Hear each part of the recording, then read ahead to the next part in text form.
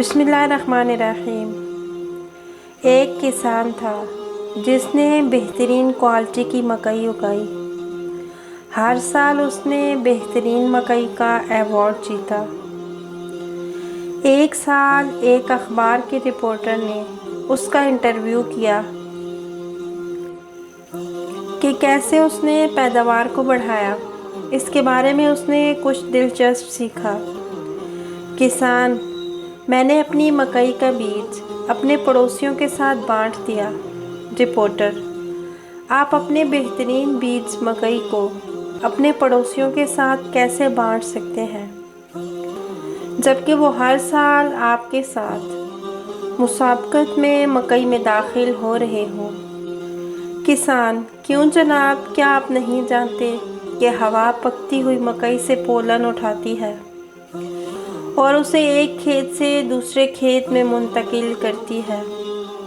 اگر میرے پڑوسی کمتر مکئی اگاتے ہیں تو کراس پولینیشن میری مکئی کے معیار کو مسلسل گرا دے گا۔ اگر مجھے اچھی مکئی اگانی ہے تو مجھے اپنے پڑوسیوں کی اچھی مکئی لگانے میں مدد کرنی چاہیے۔ یہی فلسفہ ہے زندگی کا۔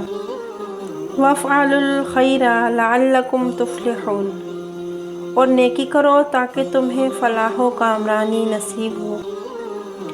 ہماری زندگیوں کے ساتھ بھی ایسا ہی ہے۔ جو لوگ بامانی اور اچھی طرح سے جینا چاہتے ہیں انہیں دوسروں کی زندگیوں کو سنوارنے میں مدد کرنی چاہیے، کیونکہ زندگی کی قدر ان زندگیوں سے ہوتی ہے جو اس کو چھوتی ہیں، اور جو خوش رہنے کا انتخاب کرتے ہیں انہیں دوسروں کی خوشی تلاش کرنے میں مدد کرنی چاہیے، کیونکہ ہر ایک کی فلاح سب کی فلاح و بہبود سے وابستہ ہے۔ اگر آپ میری اس بات سے متفق ہیں تو کمنٹ باکس میں ضرور بتائیے گا کہ اگر ہم خوش رہنا چاہتے ہیں تو ہمیں دوسروں کو خوش رکھنے کی کوشش کرنی چاہیے۔